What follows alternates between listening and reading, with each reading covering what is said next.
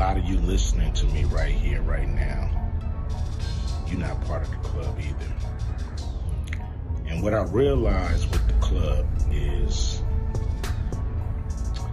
what makes them so mad is when you don't want to be a part of their club. That pisses them off. What club am I talking about? I'm talking about the club of gatekeepers. Diddy. Yeah. There's a lot of crazy things that's going on with this story, Diddy, right? I mean, a lot of people are calling him the Epstein of the music, the Hollywood world, the business, what do you call it, the entertainment world. I'll read this story, and I want to kind of get your thoughts on this here. Celebrities going to be shook.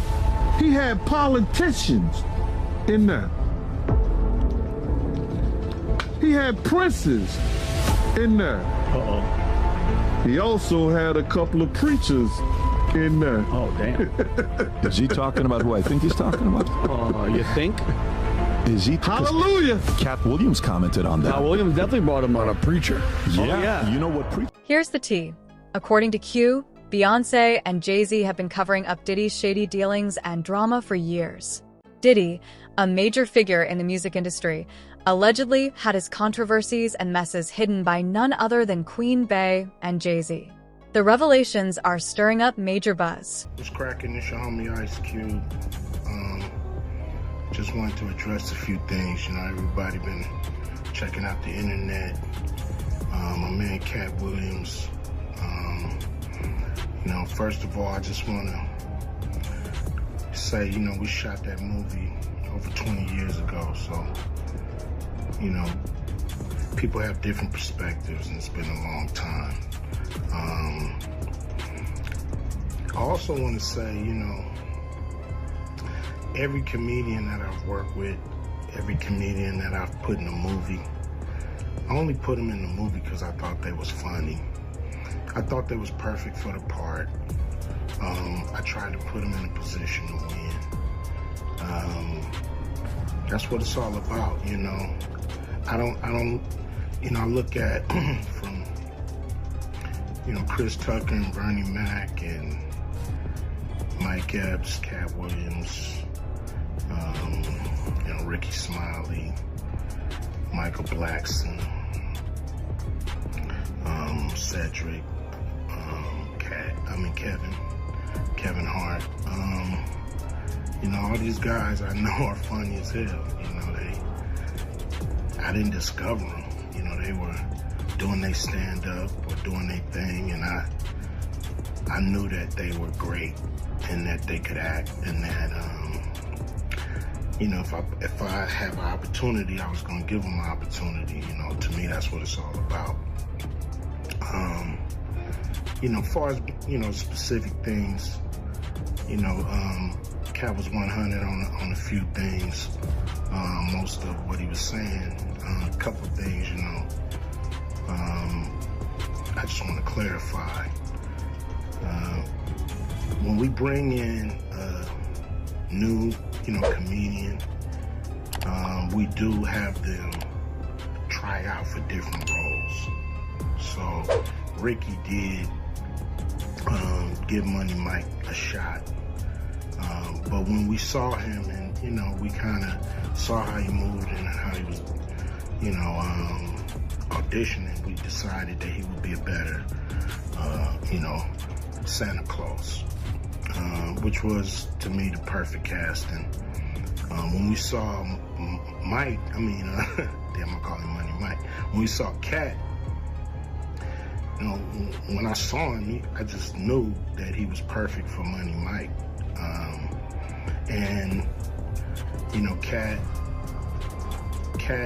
said he wrote his role, which, the role was written, but he enhanced it. This is why Cat was so dope in the movie.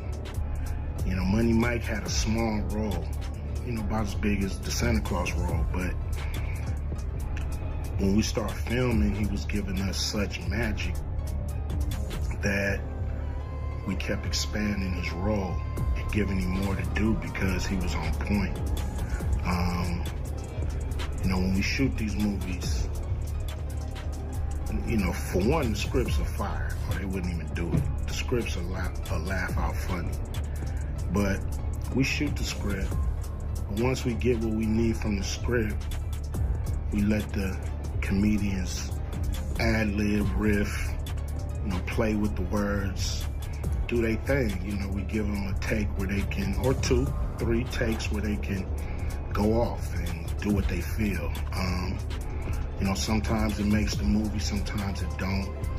When somebody gives you jewels, you want to try to make sure that makes the movie. So in the movie, there's second thing I want to clear up. I would never shoot a rape scene in a movie, especially like Friday, where you actually see this happening on camera. That ain't my style. If you check out any of my movies, they're not raunchy.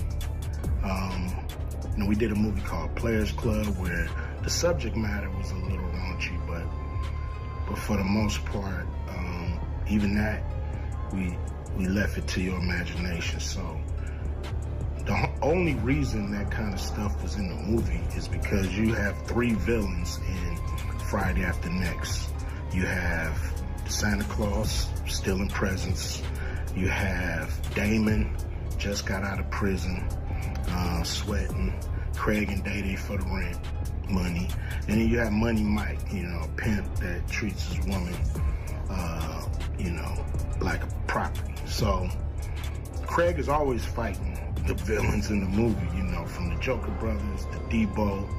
And so we already had Craig fighting Santa Claus. And the only real way to get rid of the other 2 villains was to have them go against each other. And the plier joke was always in the script. It was never, we would never ever show that. That's not my style if you look at any of my movies. So, that was never a discussion. We, at that point in everybody's career, we would listen to a certain extent, but we wasn't gonna change the movie for any actor. We do what we feel, and if it was a rape scene, it would have been in the movie. There was no reason not to shoot it. But that's not my style. I don't even like that kind of shit in movies, on camera. And so, that was, to me, a little discrepancy there. Cat, he wrote a lot of his part because, like I said, he was giving us jewels, so we were keeping the camera rolling. He was coming off the dome. He was coming prepared every day to steal the show. That was his mission. And, that's what he did, with the movie. And it launched his career, And I'm proud of the movie. I'm proud of all the guys who've, come through, Acute Vision Production and went on to do bigger and better things. And look, a lot of people are talking about pay and how much they was paid on these movies that were extremely low budget. Most of these guys work a couple of days, and when you're doing a movie, there's over 100 people working on the movie that need to get paid. Most of them got to get paid every day. And there's pre-production and post-production. Even after you finish with the actors, you got to pay editors and sound people. And my movies are all about quality, so most of the money go up on the screen. I'm not giving you no bullshit. I'm not giving you no low budget, shit you can laugh at because it's so cheap. So, we try to put all the money on the screen. And so any actor that's mad at what they got paid, just look at what you was doing. Look at where your career was at the time. Take a look at where it is now. And Friday has something to do with that, I believe. put a lot of people in movies, but they ain't never put me in a movie. So you can take that for what it's worth, you know what I'm saying? I've given a lot of these guys opportunities. And I still act, so I'm waiting for a call. I ain't gotta produce everything or write everything. I got love for all the comedians that I've worked with. Got, you know, much love for Cat. You know, he spoke up for me a lot. And I just wanted to be clear and clarify some things. And shit, man. I hope y'all have a good 2024. Well, we got to see what Cat Williams said about the matter. We were shooting it. He told everybody, it should have been my role. Everybody on the scene. Why do you think no cast member has ever said anything? He couldn't have played that role like you. I thought he was... Sir, no one... Why no... He was with KD?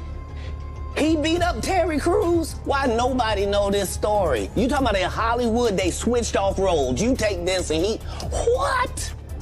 So Ricky Smiley knows this, and I don't know why he would lose a child and come on the air and start lying. That's why people believe in rituals right there. It's because, well, why would he lie? I don't know why liars lie, but I can tell you this. We auditioned in Los Angeles. He was so egregious, not now, then. He was so egregious that, and Hollywood has never heard this in 100 years. He was so egregious, I put in my contract that I won't work with Ricky Smiley again unless he's in a dress. Now, what was Ricky Smiley's next movie? Was it First Sunday?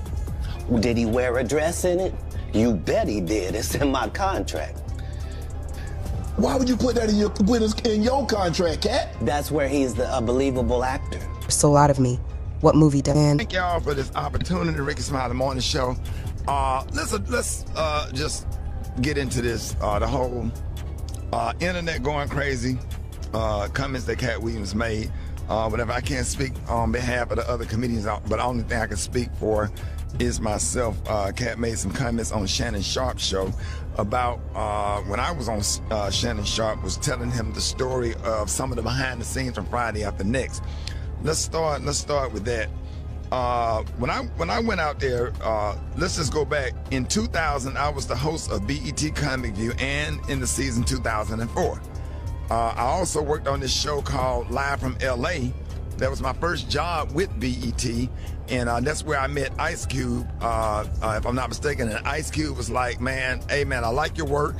I want to do some stuff with you. I want to put you in some movies. And Ice Cube started putting me in movies, which really helped my career.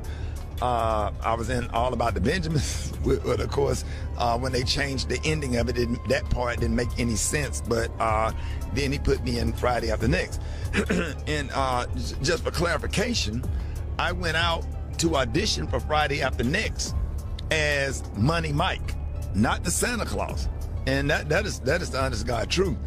I had no reason to go on there and to go on Shannon Sharp's show and lie about any of that. That's what I auditioned for, was Money Mike. And I guess the producers, Cube and everybody saw something different. And I think that Money Mike character, Special K, was going to come off as kind of like just a guy who was hanging around in the strip mall, who was just kind of being annoying, and almost like a crackhead type of character. That was right. So I guess when Cat Williams did it, they added the whole pimp twist to that character, which was actually a better decision and made it funnier. Cause ain't no way in the hell I could have executed that role like that. And I'm glad that they made that decision and they put me in a Santa Claus role, which was actually perfect. So when I got back to LA, they said, hey, your role has changed. You're gonna be the Santa Claus. And here's the Santa Claus suit. Put it on, and here's your lines. Sat in the trailer, went over the lines, went over my stuff with Cube, and the rest is history. Had no reason. I just want to clarify that. Had no reason to lie about that. As a matter of fact, my manager at the time, Gary Abdo, who is still one of my best friends, who also helped start my career, and he's the owner of the Atlanta Comedy Theater in Atlanta. We got him on the phone just to clarify. Gary Abdo, good morning. Good morning, Ricky. How are you, my friend? Oh, I'm good, man. Just for clarification, you know, you was my manager at the time. We went to LA together for the audition. Cube wanted to see us. What is your version? Yeah, well, you know, we're old, and that was 23 years ago. So, you know, our memories are what our memories are. You went out, you auditioned, they wanted you to play Money Mike. That was the sides that they had sent. The sides are the portion of the script for the part they want you to play. Those were the sides they sent. That was the audition you did. They said, great, we want you to play this role. My recollection is you had to go back and read for the execs from the studio one final time. And the night before that, we got different sides, and they said, no, we want you to play this role. And we didn't understand it. You know, we really were under the impression, well, you had the role as Money Mike, but then all of a sudden they switched it up. Now we understand why. Cat came in, blew them away. He's an incredible performer. That was probably one of the most iconic breakout parts in movie history. I mean, that was literally Cat's first movie. You know, Friday was not Chris Tucker's first movie. Next Friday was not Mike Epps' first movie. For that to have been Cat Williams' first movie, and he exploded. I mean, that literally made him an iconic touring comedian, one of the biggest to do it in this generation. And, you know, the rest, as they say, was history. But, yeah, absolutely, without a doubt, you were auditioning for Money Mike. We were told you had the role, and then that switched up overnight. And I'm glad I ended up being the Santa Claus, because that role was iconic and not as funny as his. I like the pimp. I personally like the pimp better, but the Santa Claus role was just perfect for me. At the time, I was skinny and could run fast. So and you could squeeze over that gate. So, yeah, that was the... I just wanted to clarify that. And then there was no contract ever that in agreement with the first Sunday movie, because that was a whole different production directed by who just directed my Netflix special, David E. Talbert, about me playing Bernice Jenkins. That's something that David called me personally. David and Lynn are fans and have been fans of my work for a long time, and it was like, we want you to play Bernice Jenkins, and you know, and here you go. And that's what happened. And I went out there and shot that in one day, me and Red Grant, and that was a lot of fun. Right.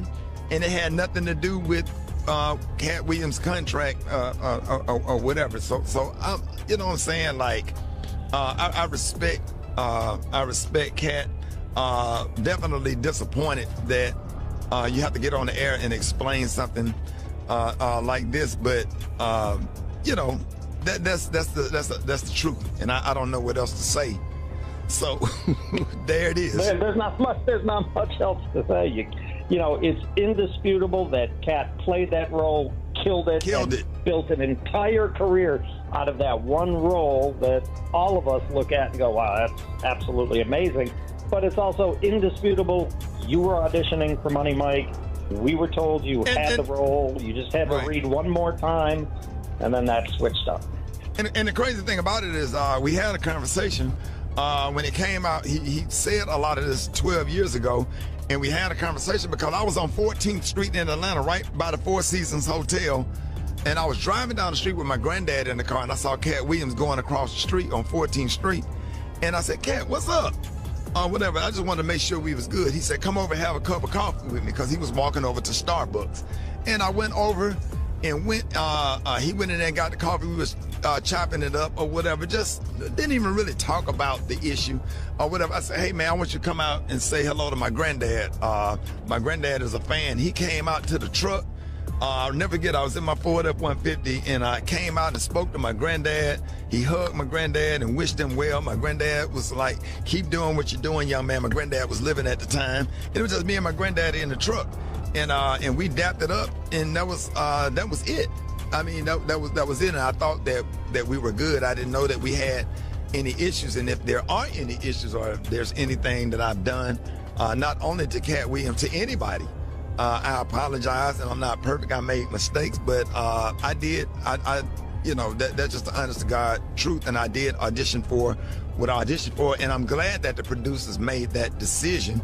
And let me address all of the things with Gary. You can help me out with this, because, you know, comedy greats like Flip Wilson played Geraldine, Richard Pryor played some roles on his show, Jamie Foxx played Wanda, Martin played Shanae, I did, Bernice Jenkins, Tyler Perry did, Madea. Has a lot of comics and a lot of comedy greats that did characters for the sake of funny, for entertainment, for the sake of the laugh.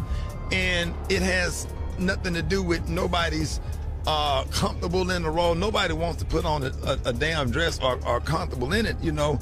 That has nothing to do with my manhood being lessened for trying to play a role and trying to put food on the table for my family. Because it's a prop. It's nothing more than a prop. It's nothing more than a way to get a laugh. I mean, back in, you know, Shakespeare's time, there were no females playing female roles. Every female role was played by a man. You know, it's just part of it's part of an art form. It's part of what makes it funny. You bring the funny to it. I wish that I'm sure you remember. People don't know about this. The pilot that you shot for the Kings of Comedy TV show, Bernice Jenkins had a whole sketch with Madea. Yeah, I did a sketch with Madea, me, Earthquake, Tyler Perry, Niecy Nash. We did a thing called The Pew. It's supposed to be like The View, but it was a church-based version of The View, and it was just comedy great to see Bernice Jenkins, the character, and Madea. And I started off doing Bernice Jenkins doing prank phone calls on the Buck Wild Morning Show in Birmingham, which spinned into, hey, I think you should do a character. This would be a great character for this role. So we were all in our 30s, late 20s, doing what we had to do in order to be successful. Now that we are older, I'm comfortable in my job in radio. I'm comfortable in, you know, the roles that I get and the things that I get to do. And I just finished a phenomenal comedy special. So the statement about Ricky Smiley is not funny, I've been sold out since 97. That part. Every single show I have done since 97, maybe not big arenas, but I pack up those theaters and have to add shows in comedy clubs. And between radio and all of that and raising a family, I'm comfortable with. What makes me sad, I don't like the way that made my kids feel. And that's why I'm not gonna, you know, go after him, because he has kids and family members and nieces and nephews also, and it hurts our family members and people that do love us when we say hurtful things about each other. So we want to wish Cat Williams the best or whatever. It ain't nothing but love over here just because we don't agree. Arnez J and I had beef for about 20 years, and I end up sitting next to him on a plane. And when I saw him, I couldn't do nothing but grab him and hug him. And we text each other all day on Christmas Day. It feels like we trying to make up for lost time. Two talented people that actually love each other. And our Special K, Cat Williams, got some comedy dates coming up. He's going to be in Birmingham. Cat Williams is coming to Huntsville.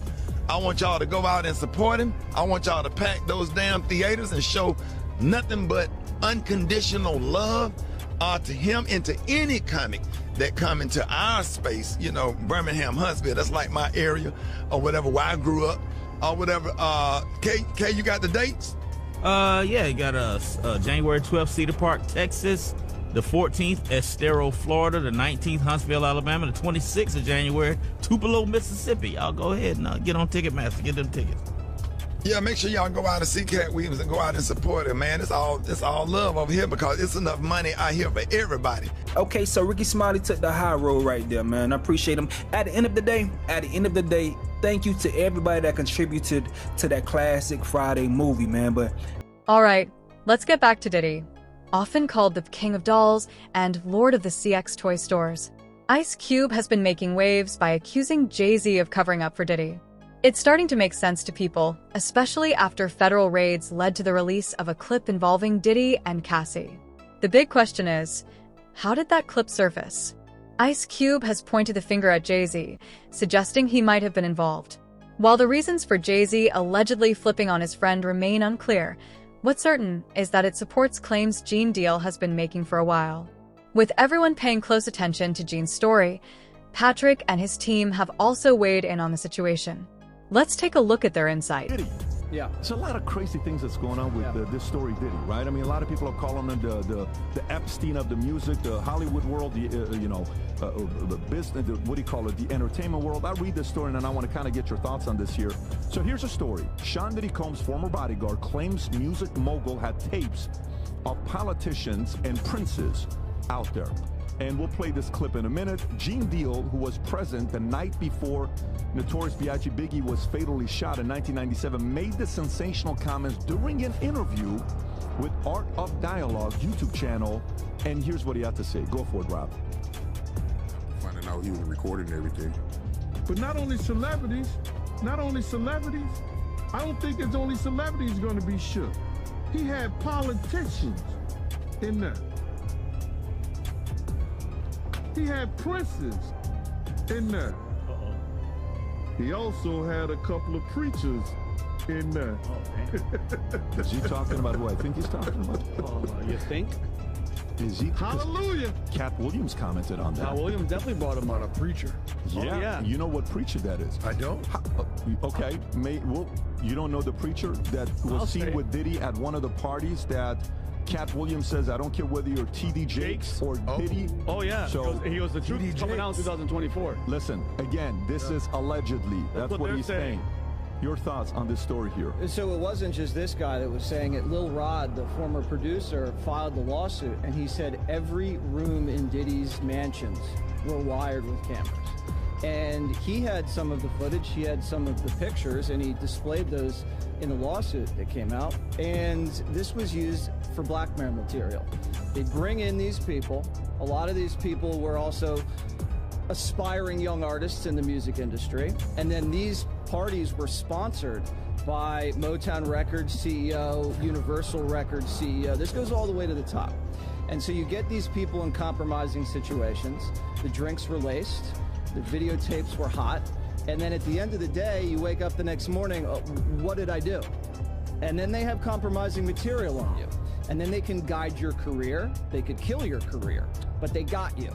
And it wasn't just people in the music business. As you said, there were athletes, there were celebrities, there were politicians, people from the royal family. That's just genius. Diddy is the man of the receipts, 50 Cent, sitting in the corner and saying, I wish I had his phone number. Maybe he can hook me up with my math class teacher's footage and use it to get my son's grades up. And we were also told by the former bodyguard that Diddy was an FBI informant. So he was a snitch and was feeding information to the feds. And we don't know what that means. We haven't been able to confirm it, but even Little Rod said it's not just like Epstein. It could be worse than Jeffrey Epstein. Now, let me ask you this: when you're seeing something like that, do you think, you know how somebody is making money for you, you can't lose them because they're still making money for you, right? So, for example, like an athlete, LeBron James, he's still getting a lot of endorsements, he's still making a lot of money. You got to make sure you protect that asset because that guy's making you a lot of money.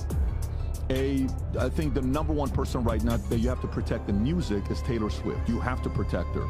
It's a big insurance policy. She's young. She's going to be around for a long time to come. The concerts, the money making, the $5 billion, the tours, all that stuff. Nothing can go wrong with her because if God forbid something happens, you're making money off of it. You don't take Taylor to a Diddy party. Oh, yeah. You don't go anywhere near a freak-off party. That's right. So here's where I'm going with this. Do you think Diddy's at a phase that, how do you make money off Diddy today? Because what's Diddy doing today? He's not performing. So is it more that you protect Diddy because the people that he knows that he can destroy their lives, that you kind of like have to keep him quiet? Or do you have to find a way to eliminate him, kind of like they try to eliminate this guy named Jeffrey? I don't know if he was being eliminated by the FBI or even by the Universal Records executives, what happened was Cassie filed this lawsuit. He settled in about 48 hours. Very fast. So then everybody goes, oh, what? Did he settling? Yeah, yeah. So everybody starts filing. And so Lil Rod files some real graphic, nasty stuff. We're talking minors, sex trafficking, ecstasy and the alcohol, and then all hell blows loose. And that's when the feds come in and raid, and they go right to the camera system and pull all the servers out. And they, I believe, arrested the drug mule. And so they're closing in. They're going to build a case. And look, is this something that's coming down at the highest level? I have no idea. But I know Diddy's life is about to blow up. And there's really no way to get out of this. And I want to say this, and Vinny, I want to go to you because Ashton Kutcher is seen as he prepares to be subpoenaed on Diddy's case. That's one. Next one, Sean Diddy Combs' ex-Cassie, that he paid off, I think $30 million, whatever the number is, cooperating with federal investigations amid the sex trafficking probe. That's bad. That's very bad, That's right? bad. So, next one, Sean Diddy Combs still continues carefree in Miami. This is a story from yesterday. Lifestyle by smoking and drinking after federal raids. Sean Diddy Combs' youngest son, Christian King, 25, is now sued. So it's like it isn't one thing, it's another thing constantly popping up. Vinny, but just from my point of view, though, he's in Miami, he's riding bikes, he's taking photos. He seems as if he doesn't have a care in the world. To me, somebody from the outside looking in, it seems like they're like, hey, listen, especially with the Cassie thing, that thing blew the top off of everything. We have to go in there. You don't be there. We're going to make the play. We're going to grab all the footage and everything. I think people are going to fall. Nothing is going to happen to him. He's going to be protected. But they've been using Diddy for how long, Jesse? From the politicians, from Maxine Waters. So back in 2004, he launched Vote or Die. Yep. So he was for Kerry. Then he was for Obama. Yep. Then it was for Hillary. And then he's for Biden. So he has been the community organizer for the Democratic Party in the streets for about 20 years. He's a valuable asset. Big time. Big time. And they gave, like, he started Revolt through Maxine Waters. Gave him a cut in order for that merger to go through. She said, my guy has to get a piece of the pie. So if you think about it, he's obviously in with these higher up politicians. You're in there recording all these people and having all this dirt, like they say with Epstein was working for Mossad, or God knows who he was working for. Who knows who Diddy was, like, he's not recording all these people, all these princes, just to have like footage for when he's older to show to his kids. This is a coordinated thing, and I think the Cassie thing blew the top off, and now they're like, we have to go in and make sure nothing is incriminating for us, or else he does. Right, because when they went in and raided Epstein's mansions, we never saw any of that footage. Not 1 minute. Only Ghislaine Maxwell went down. Bingo. They never got anybody else, and he had tapes in Little St. James, he had tapes in the Upper East Side, he had tapes in New Mexico, in Palm Beach. We never heard anything else about that. Exactly. Jesse, you said something a little bit earlier that I was like, whoa, because he's been called the Black Epstein. Yeah. You said earlier that this could even be worse than Epstein. How do you feel about that? Like, that's a pretty shocking statement. That's what Lil Rod alleges in the lawsuit. Well, you've covered this. How do you stand on it? I don't know if he's talking about the violence towards women, or the age or the age factor of the minors, or the drug factor. Epstein, there was not a lot of drugs. This case has drugs. This case has lots of narcotics. If you read the filings, we're talking meth, cocaine, PCP, ecstasy. The stuff in the drink to make you pass out so you don't remember whatever. Roofie. Rohypnol. Yeah, everybody was getting roofie. And apparently everybody, there was even conversations of, I just saw another video where Diddy is giving a drink to Justin Bieber, and we keep seeing videos with him and Justin Bieber, and like they're making sure that Justin Bieber's drinking it, and there's another cut of him in the party, and Justin Bieber just looks like a little bit What off. age was he at the time? Does it really matter at that point? Justin Bieber's now just, I mean, he was young with blonde hair, like he was like, what, 17, 18? Did you see this video? Yo, Watch him pat him down. Look, this is checking recently. for potential Look, he's touching wires. He's touching his chest. He's touching his chest. Make sure you don't have a wire on you. Look at that. I got a message. Weird. I'm trying to see. I'm not going to reveal the source, but I got a message from a guy saying that some of this has to do with that drink company, Diageo. That is, if you look at, can you type in what Diageo's market cap is? They're massive. Type in Diageo market cap. Right. Yeah, right there. If you just type in Diageo market cap, $81 billion. And what this insider said to me, just purely on what could happen, is given, I'm not giving the source. It Speculation. Could be speculation. He said they owe him $2 billion. And he said it could be the fact that they are doing this to not have to pay him $2 billion. Now, can you just type in, maybe type in Diageo owes Diddy $2 billion. See if anything like that comes up. Diageo owes Diddy $2 billion. Go to news. Can you go just to news at the top? Let's see what stories pop up. Can you go a little, okay. Diddy Diageo in decline of Sean Combs' business empire. Sean Diddy Combs dumped by Diageo, maker of Johnny Walker. Diddy sues. Sean Diddy and Combs and Diageo settle withdrawal lawsuit in case of Diageo of racism. Okay, so there's something that's going on there that is, you know, kind of ugly. Now, obviously, the people that are saying that, they're supporters of him. So they're kind of like saying there's something going on that you guys are not seeing, right? It's another thing that you got to consider. What do you know about that? There's a lot of buzz surrounding Diddy right now, with some people even comparing him to the Epstein of the music and entertainment world. The allegations and stories coming out are wild, and I wanted to get your thoughts on one in particular. Here's the story. Diddy's former bodyguard, Gene Deal, claims that the music mogul had tapes involving politicians and princes. Gene, who was reportedly present for some of these situations, has been speaking out about it. We'll play a clip of his revelations in just a moment. The night before Notorious B.I.I. Biggie was fatally shot in 1997 made the sensational comments during an interview with Art of Dialogue YouTube channel, and here's what he had to say. Go forward, Rob, after finding out he was recording everything, but not only celebrities, I don't think it's only celebrities going to be sure he had politicians in there, he had presses in there, he also had a couple of preachers in there, oh damn, is he talking about who I think he's talking about? Think is he Hallelujah. K. Williams commented on that. Williams definitely brought him on a preacher. Yeah, you know what preacher that is. I don't. Okay. Well, you don't know the preacher that was seen with Diddy at one of the parties, that Cat Williams. Between those two, and there's a racial charge there as well, and if they've settled, and I also heard Diddy double-cross them. So I don't really know what's going on at that level, but I do know that you said you don't think Diddy's going down. I disagree. And why do you think that? And I think if you have the feds go in there and seize everything in the house, phones, electronics, video cameras, and he has multiple civil suits in play, do you think Universal Records is going to take the fall? I don't think Universal Records is going to take the fall. Do you think lesser players are? Because just think about the day that they raided, he wasn't there, and his jet flew with God knows what, he wasn't on it, to a place that doesn't have any U.S. extradition. Maybe all the tapes and everything, that was just like a delivery method, because why else is he dancing and having a great time in the streets? He's not delusional. Because it's great PR. Yep. Well, let me ask you this. Here's a question for all of you guys. Here's a question for but Rob, can you run a poll on this? Who was more powerful and feared? Harvey Weinstein or Diddy? Put the poll. I'm curious to know what the audience will say. Again, hear me out. It's a very important question. Okay, think about this one before we answer. Process it. Harvey Weinstein. Yep. One of the top 4 Godfathers, Hollywood controlled. Huge. All of that stuff, the amount of power he had. And he was not a visible guy. He's a behind the closed door guy. Yep. Clintons, presidents, all that stuff. Or Diddy, music, hip-hop, links of Biggie's death, Tupac's death, you know, what he's done with all these girls, J-Lo, all these names that are tied to him. Who is a bigger man to fall? To fall, you said to fear. No, fear and fall, meaning like which one can that industry not afford to fall that they have to protect? I think Diddy, because of all because Weinstein was Diddy over Weinstein. Because I think Weinstein was movies and that, but Diddy now we're seeing was politics, presidents, musicians, elites.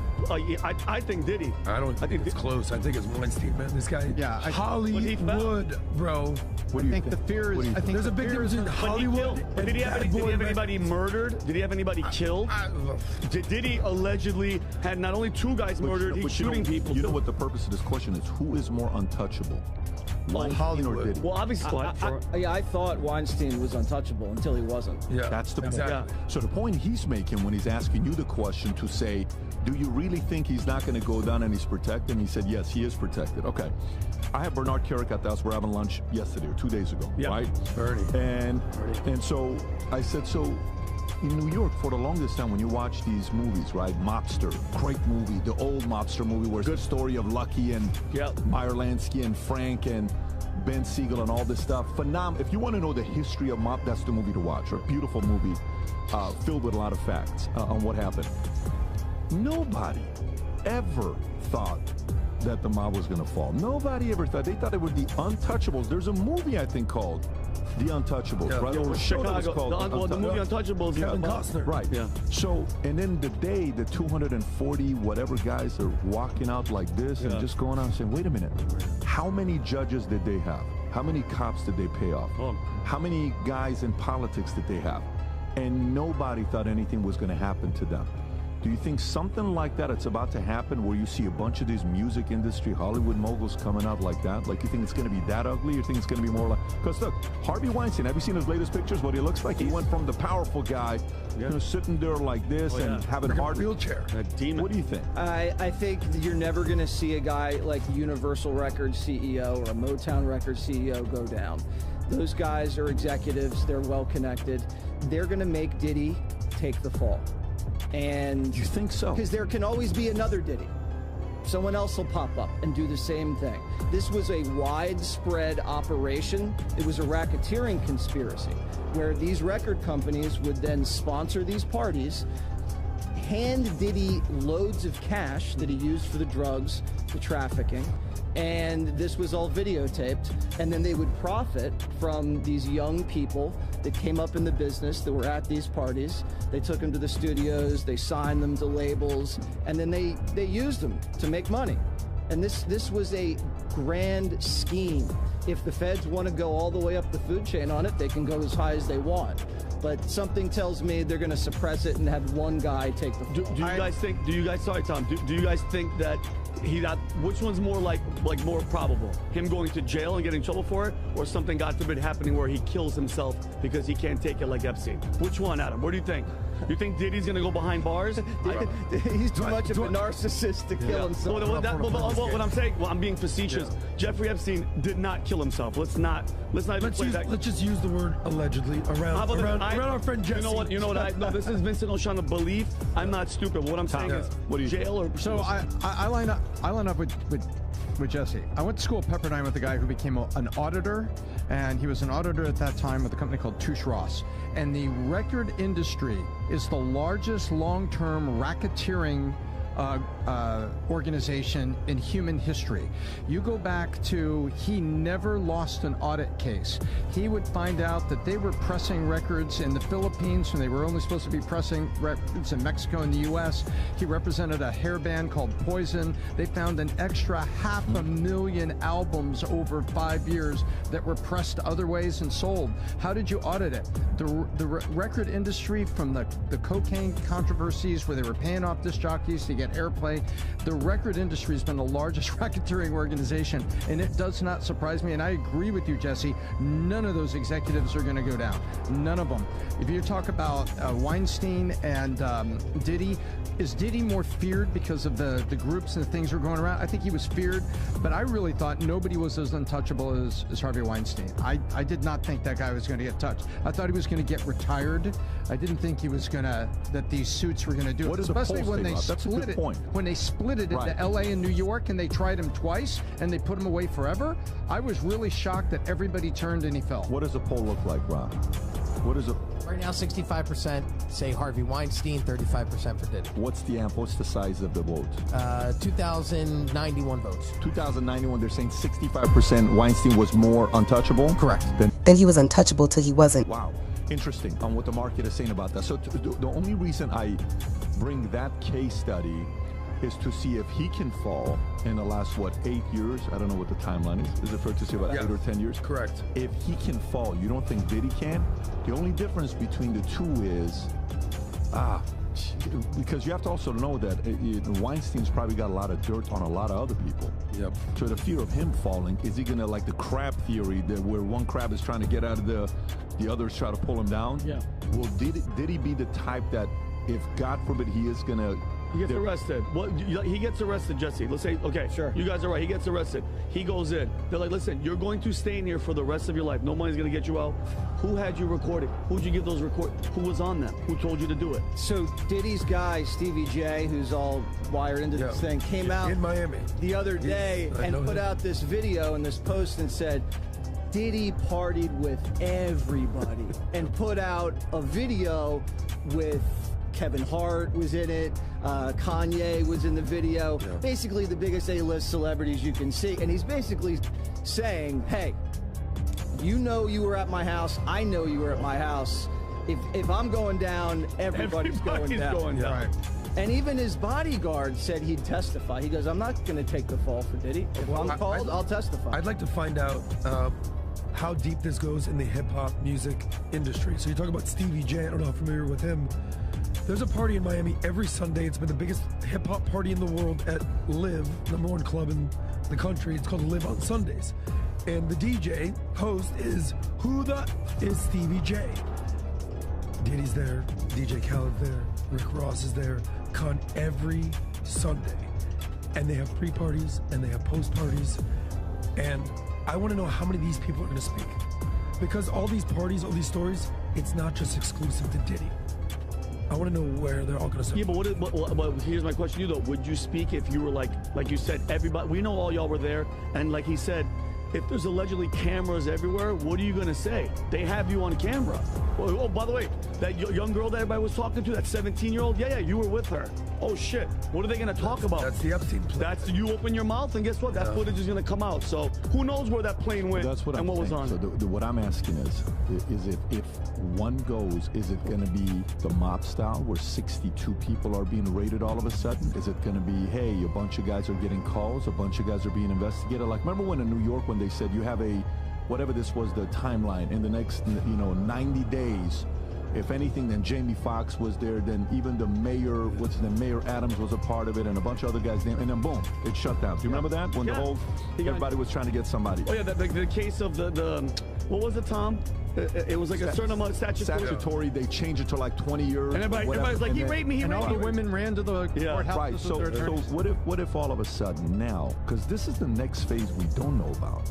So think about it, if all of a sudden 30 girls come out to 30 other celebrities that were at the party. Oh my God. And now they get linked back to those parties. That's the next thing that you're sitting around saying, oh, shoot, what just happened now? Oh, God. Because every day, this is not, how many people you think are sitting down and saying, dude, I hope this thing goes away. I hope this thing goes away. Oh, my God.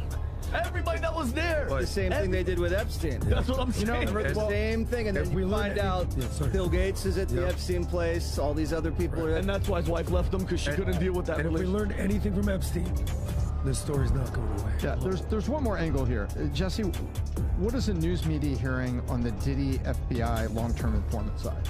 There's a lot of stuff below the surface. We've only heard that one comment from Kanye, who said he was a Fed, and then we heard it from the former bodyguard, who said he was informing to the FBI. Other than that, we don't have a lot of information, and we can't nail that down, but according to that Lil Rod lawsuit, too, he witnessed Diddy going in his closet in his bedroom and pulling out guns and giving it to a bunch of guys that were wearing all black. It was also an allegation that he had the local sheriffs paid off. It was an allegation that he had contacts with local gang members in Los Angeles. I don't know what that means, but it looks like Diddy's playing both sides. Is this Kanye? Rob, if you can play that clip. Yeah, if you can play sure that clip. I'm not sure if this is the right one. Okay, but you're saying that Kanye was the one that said he was Kanye said he was a Fed. He said Kanye. And the former bodyguard said it. And I heard when was this video? Was it? Is there this was a while ago. Go ahead. Okay. Just play. I have the address to my child. None of these niggas that want to say something Travis now. Gave you the address, though, right? Travis gave me the address. Right. But as far as Meek Mills, Puff Daddy, whoever, none of these niggas. All you fake hard niggas, fuck you. Hold on. Okay. All you fake hard niggas, fuck you. You know what I'm saying? I don't give a fuck because you can't shoot nobody anyway. And the reason why you got to talk is because you did a deal, you fucking fed. Whoa. You know what I'm saying? That's why you got to come at me, because part of the deal for you to be able to do all that and get out of jail is that you promise that you're going go pull my co-car. So y'all niggas shut the fuck up about me. Now let me say it calm. You niggas shut the fuck up. You shut the fuck up about you know what how much credibility does this guy no, have? but hold on, but you know, less than zero, maybe? You know what he's saying though? If you make a deal with the feds, you could go out there and shoot and get arrested, but then you get to get out way more leniency because you're working for them. That whole rapper image. I think there's an angle here, and I think it hasn't been seen yet, because there's a lot that goes in. Is like, why has Maxwell been sitting in prison? Why hasn't the list come out? What happened to Epstein? Was Epstein really Mossad? There's a lot back there that seems a lot of smoke and maybe a lot of fire. You just have to look at the history of informants and do a little research, and there's patterns here. Manuel Noriega, CIA informant from 1950 to 1980 for the CIA, president of Panama. He goes sideways, kills his, Spadafora, kills Spadafora, gets Barletta, the president, to resign. George Bush Sr., previously CIA, says, hey, our informant's out of control. What should we do? We need to liberate the people of Panama. It was the largest American military action since the Vietnam War. 27,000 military went down, extracted and put them on trial in Miami, and put them in a U.S. prison. That's a good way to make your informant set up. Jesse, I think there's shadows here of this. I think there's shadows coming. Go ahead, Jesse. Yeah, it could. So that is one pattern. If you look at the case in New York with the nightclub shooting, where his protege Shine took the case instead of Diddy. Diddy allegedly had J-Lo smuggle that pistol into the club, and that was cleaned up. He was never charged for it. Shine took it. And then you have the other allegation where there was a shooting in a bathroom at a Diddy recording studio, blood everywhere. That was in the lawsuit. You saw the photographs, and police came in, cleaned it up. Diddy said it was a drive-by. Guy bled out in the bathroom. No charges again. So that's a pattern of very favorable treatment by law enforcement. It just makes you a little suspicious, that's all. And that's a fair thing to be suspicious about, right, when you see something like that. For the people that are watching the podcast today who want a signed copy of this book, there's 3. Here's what we're doing. Anybody who goes on vtmerch.com and places an order for $50 or more, a minimum of $50, you go to vtmerch.com, place your order. You can buy Future Looks Bright hat, whatever you may order. We're going to give you a PBD Podcast Future Looks Bright mug. We're going to put in a pin and a keychain, and 3 of you on Tuesday will do a raffle to give away those 3 signed copies, but you got to go to vtmerch.com. We'd love to hear what y'all think about this.